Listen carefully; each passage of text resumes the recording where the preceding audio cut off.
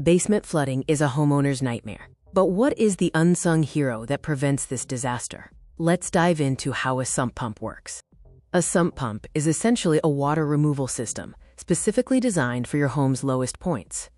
Its primary purpose is to protect your basement or crawl space from flooding by moving excess water away from your foundation. A sump pump system relies on two main components: the sump pit, where the water collects, and the pump mechanism itself. First, let's talk about the sump pit. This is a hole, usually dug into the floor of your basement. The pit is strategically located in the lowest part of your basement or crawl space, ensuring that gravity directs any unwanted water right into it. The pit collects water that seeps in from the surrounding soil or through a perimeter drainage system installed around your basement's foundation.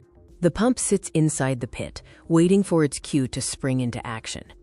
The pump's operation is controlled by a crucial component called the float switch, acting as a water level sensor.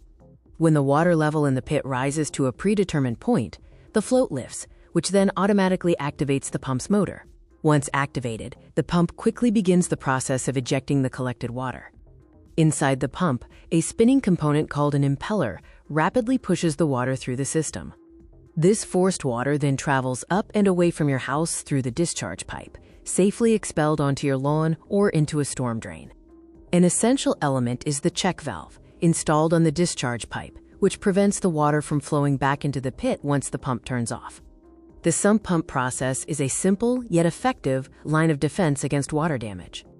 The entire process boils down to 3 steps: water collection in the pit, pump activation by the float switch, and water expulsion through the discharge pipe.